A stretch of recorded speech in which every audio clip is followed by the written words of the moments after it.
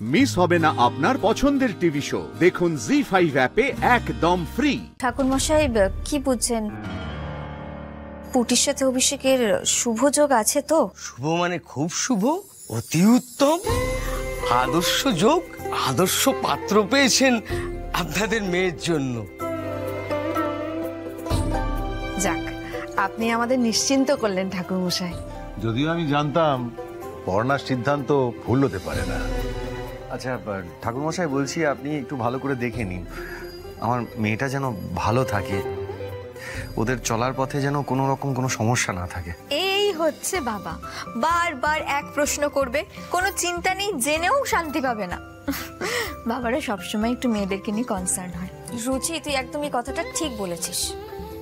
যা দেখলাম তাতে প্রথমে ছোটখাটো বাধা বিপত্তি থাকলেও থাকতে পারে, সে তো সব ক্ষেত্রেই হয়, কিন্তু তার পরের জীবনটা খুব সুখের হবে। তাই যেন হয় ঠাকুর মশাই।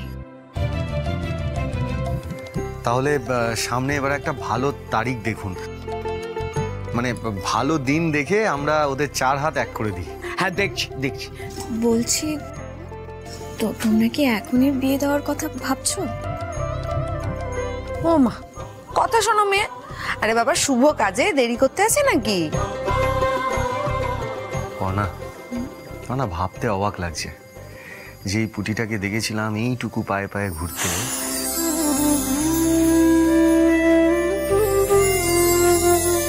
সে কত বড় হয়ে গেছে। তার বিয়ের ডেট নাকি আমরা এখানে দাঁড়িয়ে ফাইনাল করছি। কবে যে মেয়েটা এত বড় হয়ে গেল। এই সামনেই একটা তারিখ আছে, খুব ভালো। এমন দিন সহজে পাওয়া যায় না, কিন্তু 1 সপ্তাহের মধ্যেই পড়েছে দিনটা। না না, 1 সপ্তাহের মধ্যে কি করে সব হবে? আমার মনে হয় পরের ডেট দেখাই ভালো, তাই না? না, 1 সপ্তাহ খুবই অল্প সময়, এর মধ্যে সবটা জোগাড় যন্ত্র করা খুবই অসুবিধে। না ঠিক আছে, পরে আরো দিন আছে কিনা দেখছি। না, আশেপাশে আর ভালো দিন নেই, তবে দেরিতে হলেও থাকবে তো নিশ্চয়ই। আগের দিনটা ভালোই ছিল, তাই জন্যই বলছিলাম। ঠিক আছে ঠাকুর মশাই, আপনি বরং ওই ডেটটাতেই বিয়ে ফাইনাল করুন।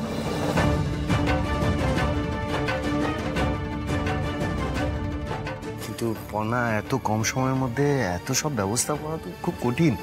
আমি বুঝতে পারছি সৃজন, কিন্তু ঠাকুর মশাই যখন বলছেন যে ওই দিনটা খুবই শুভ, সহজে এরকম একটা ডেট পাওয়া যায় না, তখন ওই দিনটাই থাক। আর দেখো, আমরা সবাই তো আছি, হাতে হাতে হয়ে যাবে কাজ। আর দত্তবাড়িতে তো সবসময় সব কাজ এরম ভাবেই হয়েছে, ঠিক উতরে যাবে পুটির বিয়েটাও। আচ্ছা ঠিক আছে বাবা, পর্ণা যখন বলেছে তাই থাক।